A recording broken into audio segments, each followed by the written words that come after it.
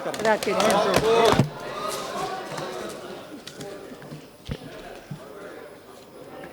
धन्यवाद अध्यक्ष महोदया। इस महत्वपूर्ण विषय पे बोलने का आपने मुझे अवसर प्रदान किया है। महोदया, मैं अर्थशास्त्र बहुत ज़्यादा नहीं जानता, अर्थशास्त्री होने का दावा भी नहीं करता। मैं तो एक अपने संसदीय क्षेत्र के नुमाइंदे के रूप में, एक सांसद के रूप में जनता की जो भावनाएं हैं, फाइनेंस बिल में किस तरह के प्रावधान होना चाहिए, सरकार ने क्या काम किए हैं, उनको लेकर अपने नज़रिए से मैं यहाँ पर अपनी बात रखना चाहता हूँ। इस सदन में बहुत सारे बड़े बड़े अर्थशास्त्री मौजूद हैं, इधर भी हैं। वो अपनी बात जब रखेंगे तो विस्तार से सभी बातें उसमें आएंगी। महोदया, जिस देश में हम रहते हैं, कभी इसे सोने की चिड़िया कहा जाता था। प्रोफेसर अंगस मैडिसन ने एक पुस्तक लिखी है, हिस्ट्री ऑफ वर्ल्ड इकोनॉमिक्स, और यहाँ जो लोग बैठे हैं वे जानते हैं कि प्रोफेसर अंगस मैडिसन का नाम वर्ल्ड इकोनॉमिक्स में कितने सम्मान के साथ लिया जाता है। उन्होंने जो डेटा दिया है उसको पूरे विश्व में माना, डेटा जब देते हैं तो पूरे विश्व में उसकी मान्यता रही है। उनने जो आंकड़े दिए थे उसके अनुसार आज से लगभग 1000 साल पहले, लगभग सन 1000 में भारत 32% से ज़्यादा जीडीपी के साथ विश्व व्यापार में सिरमौर था, सबसे ऊपर दिखाई देता था। बाद में जो परिस्थितियां बनी वो सामने हैं, देश में विदेशी आक्रांता आए और उसके बाद में विश्व व्यापार में हमारा स्थान घटता चला गया। मुद्दा ये नहीं है कि वो जो स्थिति थी आज क्यों नहीं है, मुद्दा ये है कि उस स्थिति को हम कैसे प्राप्त कर सकते हैं, कैसे हम फिर से विश्व में व्यापार में सिरमौर हो सकते हैं। लेकिन इसके लिए हमें एक बार फिर से पीछे की तरफ देखना होगा। अगर हमें वही स्थान प्राप्त करना है तो हमें हमारी ताकत और हमारी कमजोरियां दोनों का ही विश्लेषण करना होगा, और इसके लिए हमें अपने ही बनाई हुई अपने देश की नीतियों को आधार मानकर उसके हिसाब से आगे बढ़ना पड़ेगा। यदि हम किसी और देश की नीतियों को तय करके अपनी आर्थिक नीति बनाते हैं तो परिणाम वही होने वाला है जो अभी तक होता आ रहा है। अभी अभी बहुत विस्तार से हुड्डा जी ने अपनी बात रखी है। दुर्भाग्य यही है, जब से बजट पर चर्चा हुई है, मैं ऐसा मानता हूं कि लगभग यही विषय चर्चा में आते रहे। कभी आउट ऑफ बॉक्स हमने सोचा ही नहीं कि वास्तव में इस देश की आवश्यकताओं के अनुसार किस तरह से इस देश के बजट को किस तरफ लेकर जाना चाहिए, किस तरह से देश की आर्थिक नीतियों पर विचार करना चाहिए। और इसीलिए हम अभी तक किसी न किसी का अनुसरण करते रहे। 90 के दशक में जब हम वैश्वीकरण की तरफ बढ़े थे तब कोई हमारी नीति हमारे सामने नहीं थी, और उस समय पे हमने अपने उत्पादनों को, प्रोडक्ट्स को दरकिनार करते हुए हम विदेशी कंपनियों की आवभगत में लगे रहे, और हमने अपना कोई आर्थिक मॉडल बनाने की कोशिश भी नहीं की। 90 के दशक के पहले हम साम्यवादी मॉडल को अपना रहे थे, उसकी तरफ हम आगे बढ़ रहे थे। उसके बाद एकदम से फिर से हम वैश्वीकरण की ओर आगे बढ़ गए। लेकिन मैं कहना चाहता हूं कि अगर हमको एक बार पुरानी स्थिति पर फिर से आना है तो हमें अपनी ही आर्थिक नीतियों पर विचार करना पड़ेगा, उन्हीं के बारे में सोचना पड़ेगा।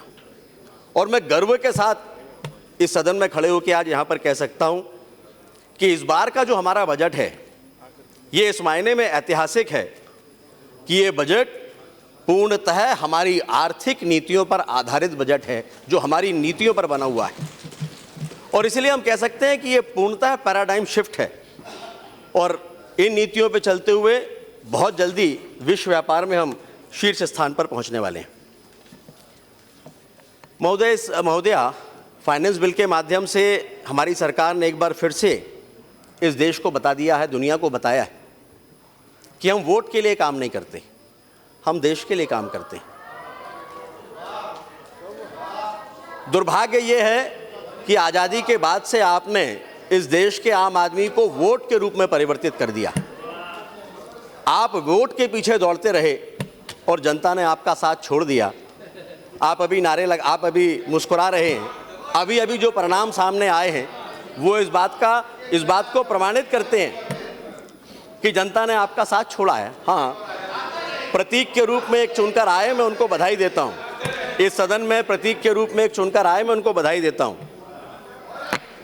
लेकिन महोदया, ऐसे कदम जो इस देश की वित्तीय स्थिति को मजबूत कर सकते हैं, उनको उठाने के लिए, उन पर आगे बढ़ने के लिए भले ही आप हमारी सराहना ना करें, लेकिन हमें विश्वास है कि आने वाले समय में इस देश में जो आने वाली पीढ़ियां होंगी वो इस बात के लिए ज़रूर इस सरकार के प्रति आभार प्रकट करेंगी कि अगर वो अपने आप को शीर्ष पर पा रहे हैं तो उसके लिए माननीय नरेंद्र मोदी जी के नेतृत्व वाली वर्तमान सरकार और उसकी नीतियां ही इसके लिए जिम्मेदार हैं। इस बार के फाइनेंस बिल में महोदया कई बातें पहले की सरकारों से अलग हैं। और फाइनेंस बिल ही क्यों, हमारी सरकार के जो वित्तीय कदम हैं उन पर हम नज़र डालेंगे तो हम देखेंगे कि हमने बेहतर किया है और देश की जनता ने हमारे हर ऐसे निर्णय पर अपनी मोहर लगाई है। और मुझे ये कहते भी आज गर्व है कि हम एक ऐसे नेतृत्व के साथ आज काम कर रहे हैं जिसने आज़ादी के 70 साल के बाद पूरी ईमानदारी और संजीदगी के साथ काम किया है। अगर पहले की सरकारों ने उस संजीदगी के साथ काम किया होता तो पूरी दुनिया में आज भारत की भूमिका ही अलग होती। अभी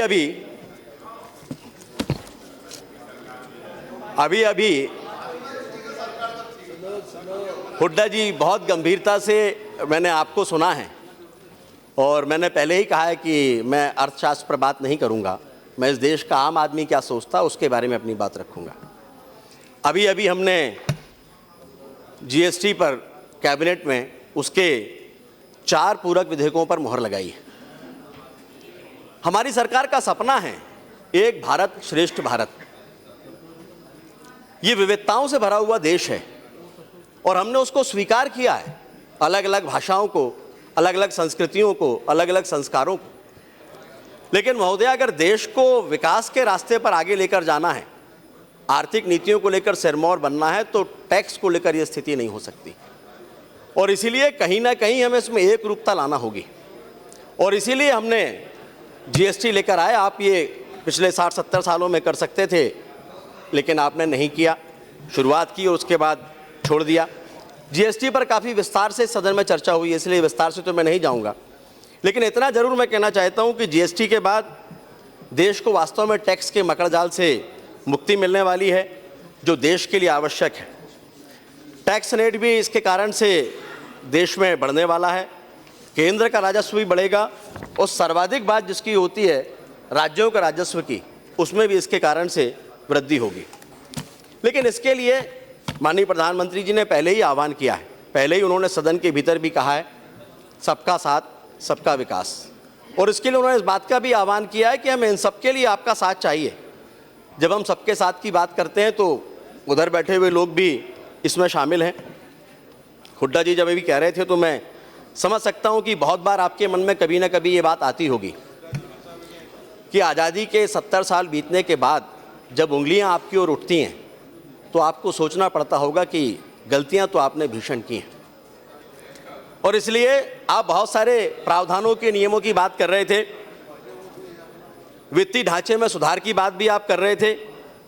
आज़ादी के 70 साल बीतने के बाद इलाहाबाद से मुजफ्फरपुर के बीच में नाव चलाने पर 12 आने से ज़्यादा की चुंगी नहीं लगेगी। ब्रिटिश टाइम का ये कानून भी आप अभी तक चलाते आए, हमने उसको ख़त्म किया। 1100 से अधिक कानून देश में ऐसे जो देश के लिए आवश्यक नहीं थे, हमने उनको आज समाप्त किया है। इसके बाद भी कांग्रेस के लोग यही मानते आए हैं कि राज चलाना सिर्फ आपको आता है और इसीलिए उसके हिसाब से आपके सुझाव भी आते हैं। हम भी ये मानते हैं कि नहीं, हम राज करना नहीं जानते, राज करने के लिए हम आए भी नहीं हैं। हम तो वास्तव में जो आए हैं, हम ये मानते हैं, दीनदयाल जी की स्वर्ण जयंती हम लोग मना रहे हैं। उन्होंने कहा था कि सत्ता हमारे लिए साधन नहीं है, साध्य है। साध्य है गरीबों की सेवा के लिए। और मैं और इधर बैठे हुए हमारे सभी साथी इन्हीं संस्कारों के वटवृक्ष की राजनीति में पले बड़े हैं और यहाँ तक पहुँचे हैं। और इसलिए हमारे प्रधानमंत्री जी ने भी ये कहा था कि वो देश की जनता के प्रधान सेवक हैं। और हमें गर्व ये कहते हुए कि वास्तव में हम राज करने के लिए नहीं, सेवा करने के लिए आए। और हम सेवक हैं इस देश के गरीब के, हम सेवक हैं देश के तमाम असहाय बुजुर्गों के, हम सेवक हैं इस देश में हमारी ओर बहुत आशा भरी निगाहों से देख रही माताओं और बहनों के, और हम सेवक हैं इस देश के उन करोड़ों किसानों के जो खेत में अपना खून और पसीना बहाता है। अभी किसानों के बारे में आप बात कर रहे थे महोदया, ये वो हम गर्व के साथ में आज यहाँ पर खड़े होकर कह सकते हैं कि इस देश की 70% आबादी किसानों की है, जिसे हम अपने अन्नदाता के रूप में देखते हैं। और उस अन्नदाता ने सरकार की नीतियों के साथ कदम ताल करते हुए इस बार जो काम किया है उसकी जितनी प्रशंसा हो वो कम है।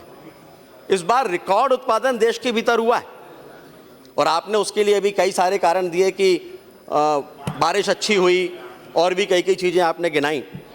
लेकिन इसके साथ एक बात आप भूल गए कि यदि नीयत ठीक हो तो नियति भी साथ में सहयोग करती है, और इस सरकार की नियत ठीक है, इसी नियति भी हमें सहयोग कर रही है। इस बार जो खाद्यान्न का उत्पादन है उसका जो अनुमान है रिकॉर्ड अपने आप में 27.2 करोड़ टन। चावल का जो उत्पादन है ये 10.9 करोड़ टन। गेहूं का उत्पादन भी सुन लीजिए 9.7 करोड़ टन। मोटे अनाज का उत्पादन 4.43 करोड़ टन। दाल जो आपके समय में गरीबों की थाली से दूर हो गई थी, उसका भी जो अनुमानित उत्पादन है वो है 2.2 करोड़ टन। वास्तव में बजट तो हमेशा से आता आ रहा है, लेकिन इसमें हमने पहली बार प्राथमिकता तय की इस देश की 70% आबादी को देखते हुए, और वो प्राथमिकता थी उसमें सबसे ऊपर था कृषि क्षेत्र, उसके बाद था हमारा ग्रामीण विकास। ये पहले भी आप कर सकते थे, हम ये नहीं कह रहे कि जो हमने किया वो पहले नहीं हो सकता था, लेकिन वास्तव में देश क्या चाहता है इसको समझने की कभी आपने कोशिश ही नहीं की। और अभी अभी आप बात कह रहे थे किसानों के बारे में, महोदया ये पहली बार होगा कि इस देश में किसानों को सबसे अधिक दाम मिला है। किसानों को ये आर्थिक स्थिति मजबूत करने की बात ये कह रहे थे। इस बार मंडियों में जो हमने देश के भीतर वातावरण का निर्माण किया, चना लगभग 8,000 से 9,000 रुपये क्विंटल के हिसाब से बिका है, मसूर 6,000 से 7,000 रुपये, मटर 4,500 से 5,000 रुपये, उड़द 6,000 से 7,000 रुपये, और गेहूँ 1,650 रुपये से लेके 1,700 रुपये तक। ये अपने आप में एक रिकॉर्ड है। आज़ादी के बाद किसानों को कभी इतनी कीमत नहीं मिली, और ये अगर हुआ है तो सिर्फ और सिर्फ इसलिए कि इस देश में माननीय मोदी जी के नेतृत्व में जिस तरह का वातावरण किसानों के लिए और कृषि क्षेत्र के लिए बनाया गया, ये उसका सुखद परिणाम है। मैं धन्यवाद देना चाहता हूँ हमारे माननीय वित्त मंत्री जी को, हमारे वित्त राज्य मंत्री द्वय भी यहाँ पर बैठे हैं, मेघवाल जी, गंगवार जी, कि फाइनेंस बिल के जो प्रावधान है ये बताते हैं कि ये सरकार कितनी गंभीर है देश को विकास के रास्ते पर आगे ले जाने के लिए। देश को विकास के लिए पैसा चाहिए, गाँव को भी हमें सड़कों से जोड़ना है, सिंचाई के साधन किसानों को उपलब्ध कराना है, खाद और उर्वरक भी चाहिए, खाना पकाने के लिए गैस, दवाइयाँ, ये सब भी देना है। लेकिन अभी अभी जो मैंने कहा कि ये सब कुछ एक उस निर्धारित ढर्रे पर चलकर, जिसकी बात अभी हुड्डा जी कर रहे थे, उस पर चलकर हम नहीं कर सकते, और इसलिए हमको आउट ऑफ बॉक्स कुछ सोचना ही पड़ेगा, कुछ कदम उठाना ही पड़ेंगे, कुछ साहसिक कदम लेना ही होंगे, और ऐसे सभी साहसिक कदम इस बार लिए गए। महोदया, देश में यदि हम चाहते हैं कि किसान की आय बढ़े तो उसके लिए आवश्यक है कि हमें कृषि का रकबा बढ़ाना पड़ेगा, सिंचाई की क्षमता बढ़ाना पड़ेगी। और दुर्भाग्य से अभी आप कह रहे थे कि हर बात आप हमारे ऊपर डालते हैं। देश में कुल 14.2 करोड़ हेक्टेयर कृषि भूमि में से 65% में आज भी सिंचाई के साधन उपलब्ध नहीं है। क्या आज़ादी के बाद के 70 साल बीतने के बाद ये इस देश के किसान के लिए कोई आदर्श स्थिति है? निश्चित रूप से नहीं है। और इसीलिए पहली बार देश में माननीय मोदी जी के नेतृत्व में 2015-16 से लेकर 19-20 तक के लिए हमने 50,000 करोड़ रुपए का प्रावधान इसके लिए किया है। 2017-18 के लिए 7,375 करोड़ का प्रावधान किया, जो पिछली बार के बजट से 42% अधिक है। इनकम टैक्स की बात अभी आप कर रहे थे, टैक्स टेररिज्म की बात आपने की। महोदय, वास्तव में आयकर इस देश में लोगों के भीतर डर पैदा करने का एक बड़ा कारण रहा है। प्रारंभ से ही आयकर को लेकर लोगों के भीतर एक भय रहा है, और एक बड़ा कारण यह भी है कि आयकर के दायरे से लोग इसके कारण से दूर रहने की कोशिश किया करते थे, क्योंकि इसमें जो जटिलताएं थीं उनको दूर करने के बारे में कभी सरकारों ने सोचा ही नहीं। बार बार एक ही कसौटी पे परखा जाता रहा है कि आयकर की छूट में हमने कितनी वृद्धि की या कितना आयकर की छूट हमने दी, जिसके बारे में भी आपने बात की। 65 सालों में आप 5 लाख तक नहीं पहुंचे, और आप हमसे ये उम्मीद करते हैं कि 2 साल में 5 लाख तक की छूट मिलना चाहिए। लेकिन हम कह सकते हैं आज कि माननीय वित्त मंत्री जी के नेतृत्व में इन जटिलताओं को हमने दूर करने की कोशिश की है, और उसके कारण आज इनकम टैक्स देश में डर का कारण ना रहे, बल्कि एक जिम्मेदारी का एहसास बने कि वास्तव में आयकर इस देश के विकास के लिए कितना आवश्यक है। ये पहले हमने कोशिश की है, और इसके लिए वर्षों से जो पेंडेंसी चलती थी उसको ख़त्म करने के लिए भी एक मैकेनिज़्म बनाने का काम हमने किया है। ई सबमिशन को तो प्राथमिकता हम दे ही रहे हैं, उसके साथ साथ ई रिफ़ंड भी हमने प्रारंभ किया है कि अब घर बैठे ई रिफ़ंड लोगों को मिले, जिसके कारण एक और जहां वर्षों से जो रिफ़ंड के लिए लोग परेशान हुआ करते थे उससे भी मुक्ति मिलेगी, और साथ में भ्रष्टाचार को भी हम रोक सकेंगे। फाइनेंस बिल में भी हम अफोर्डेबल हाउसिंग की लेकर हमारी कोशिशों की हम बात करते हैं। इस सदन में ये बताने की आवश्यकता नहीं है कि पिछले सालों में रियल एस्टेट की क्या हालत रही है। हम ये नहीं कहते कि पहले की सरकारों ने इस मामले में कुछ नहीं किया, लेकिन हम कुछ कहेंगे तो आपको फिर बुरा लगेगा कि आपके समय में रियल एस्टेट को लेकर क्या हुआ।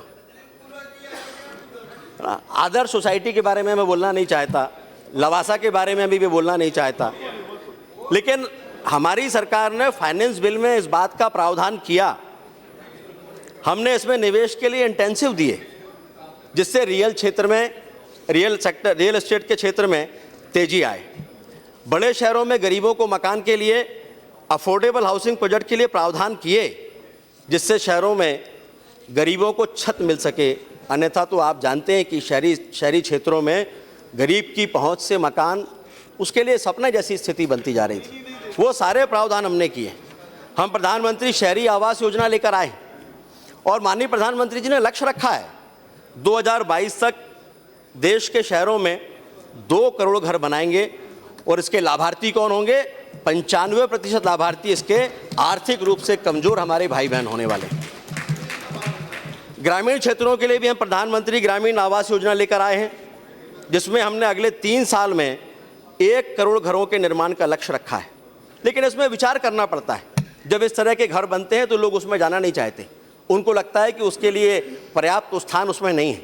हमने उसमें भी सुधार किया है, और उसके घर के आकार को 20 वर्ग मीटर से बढ़ाकर 25 वर्ग मीटर किया है, और उसकी सहायता राशि भी बढ़ाकर 1,20,000 रुपये तक की है, ताकि आर्थिक रूप से कमज़ोर लोगों को लाभ मिल सके।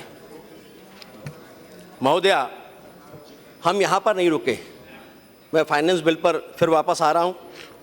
हमने ऐसे वित्तीय कदम उठाने का साहस किया है जो वास्तव में इस देश की विकास की नींव रख सकें। अब कैपिटल गेन की बात भी मैं करना चाहूँगा। कैपिटल गेन, आप यहाँ पर बैठे हुए अर्थशास्त्री भली भांति इस बात को जानते हैं कि देश में वित्तीय सुधारों के लिए कैपिटल गेन का क्या महत्व है। लेकिन आपकी सरकारों ने कैपिटल गेन की गणना के लिए जो बेस ईयर था वो 1981 रखा, और वो स्वर्गीय इंदिरा जी से लेकर और मनमोहन जी तक लगातार बेस ईयर आपका 1981 ही रहा। आर्थिक सुधारों के लिए समय के साथ साथ इसको भी बदलना होता है, इस पर आपने कोई बात नहीं की।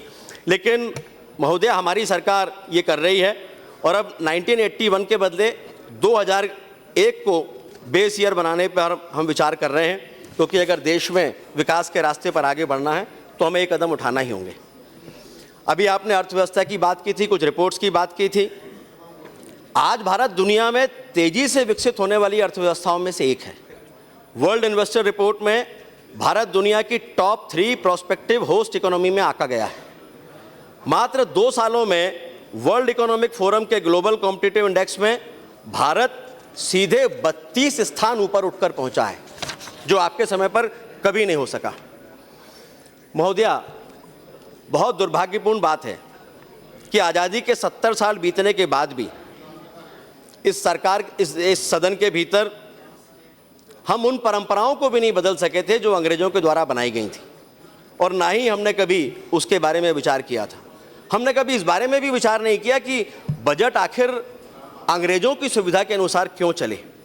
लेकिन इसके बारे में भी हमारी ही सरकार, अटल जी की सरकार के समय पर इसमें पहल हुई।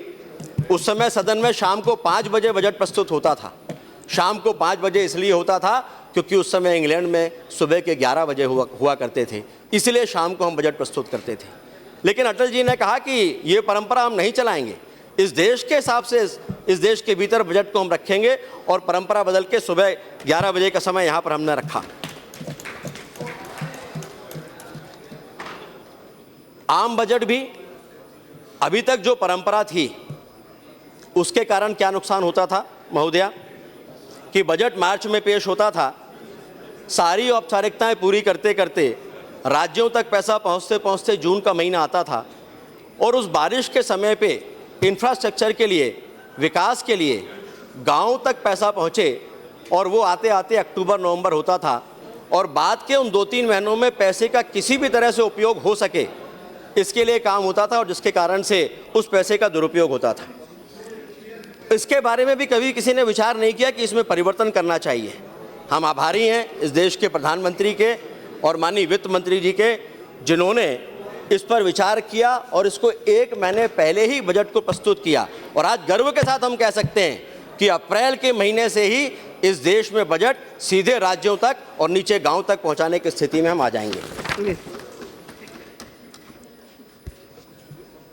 और हमारे ये जो कदम हैं जिनको हमने पहली बार उठाया है, इससे जो फ़ायदा हो रहा है वो देश की जनता को सीधे तौर पर फ़ायदा हो रहा है। अभी आपने डायरेक्ट और इनडायरेक्ट टैक्स की भी बात की है। ये जो करंट ईयर हमारा है, फाइनेंशियल ईयर है, इसमें फरवरी तक सरकार ने 6.17 लाख करोड़ रुपए डायरेक्ट टैक्स के माध्यम से जुटाए हैं, जो पिछले वित्त वर्ष के मुकाबले 10.7% ज़्यादा है।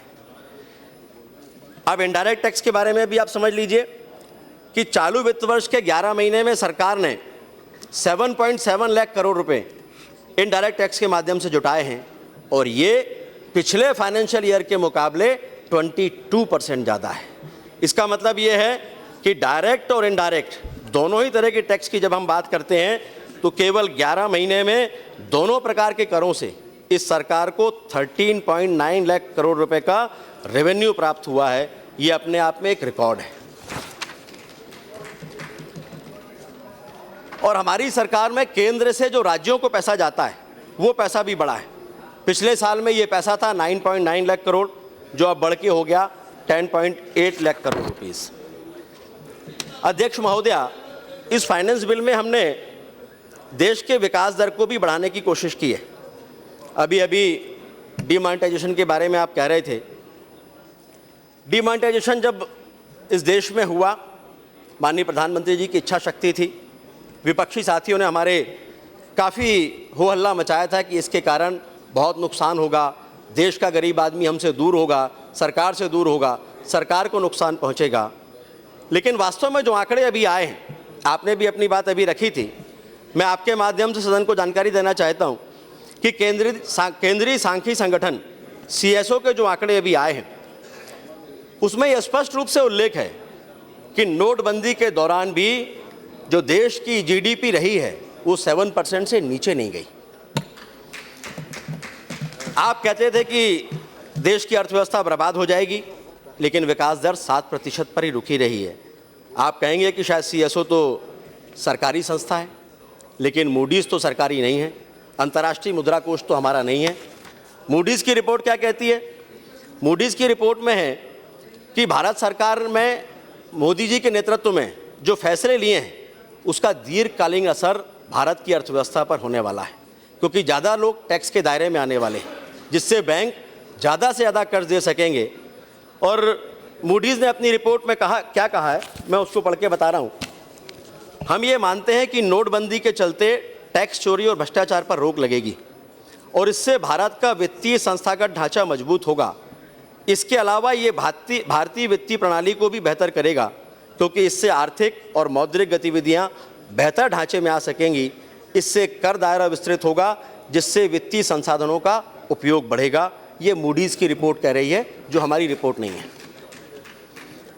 अंतर्राष्ट्रीय मुद्रा कोष की रिपोर्ट पर भी आपने पहले काफ़ी शोर किया था, लेकिन उस रिपोर्ट में भी भारत की जो जीडीपी है ये 6.6% रहने का अनुमान बताया है और आने वाले साल के लिए तो ये रिपोर्ट कह रही है कि भारत की जीडीपी 7.2% रहने वाली है। और उसने भारत के वित्तीय सुधारों की प्रशंसा भी की है। उसमें क्या कहा गया है वो भी सुनिए।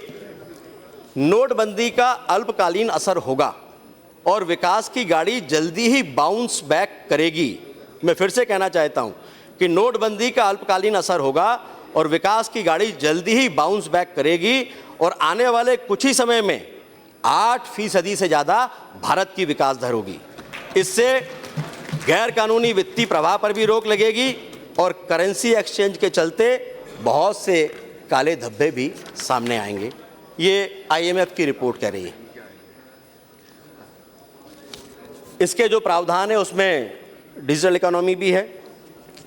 महोदय, आपके माध्यम से मैं कहना चाहता हूं कि देश में लंबे समय से काले धन पर और भ्रष्टाचार पर बातें होती रही हैं, लेकिन उनको रोकने के लिए क्या किया गया? उनको रोकने की दिशा में पहली बार सार्थक कदम अगर उठा है तो माननीय नरेंद्र मोदी जी के नेतृत्व में वर्तमान NDA की सरकार ने उठाया है। और इसके लिए यह तय किया है कि डिजिटल इकोनॉमी की तरफ देश को आगे लेकर हमें जाना ही होगा। इससे होने वाला क्या है? इससे जो फायदे होने वाले हैं कि आम आदमी के जीवन को तो सरल बनाएगा ही, साथ में सरकारी काम में पारदर्शिता और कार्यकुशलता भी इससे आएगी। जो बिंदु माने गए हैं कि डिजिटल इकोनॉमी के जो फायदे होंगे, उसके कारण देश के डिजिटलाइजेशन में बहुत तेजी आएगी। बैंकों के पास विकास के लिए अधिक पैसा होगा, जिसकी आज सर्वाधिक आवश्यकता है। आधुनिक जो बैंकिंग और टैक्स व्यवस्था है, इसका आधुनिकीकरण हो जाएगा। इसके साथ साथ कार्य प्रक्रिया में सुधार होगा और इसके साथ साथ क्राइम, लूट मार, चोरी जैसी जो वारदातें समय समय पर होती हैं, उससे निजात मिलेगी।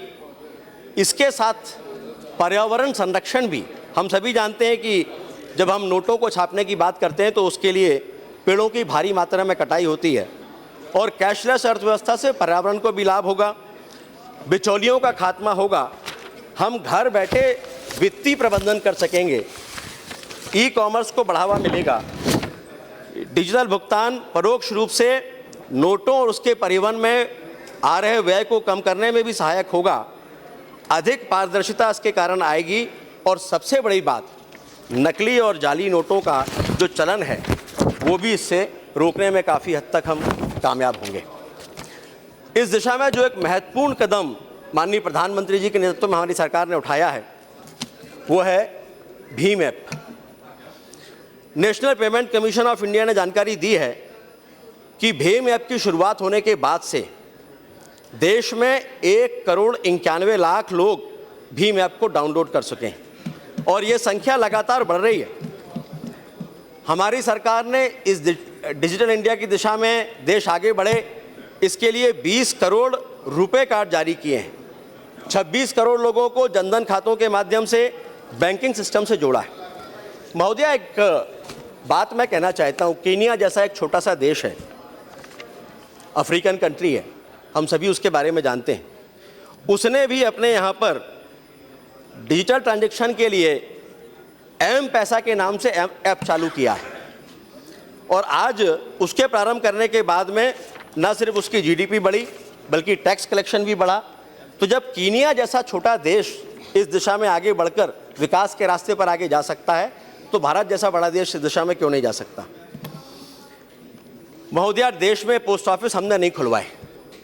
देश में पोस्ट ऑफिस पहले से खुले हैं, लगभग 1,50,000 पोस्ट ऑफिस देश के भीतर हैं, लेकिन दुर्भाग्य से आपकी सरकारें उन पोस्ट ऑफिस तक नहीं पहुंच सकी कि उनका किस तरह से सदुपयोग हम कर सकते हैं।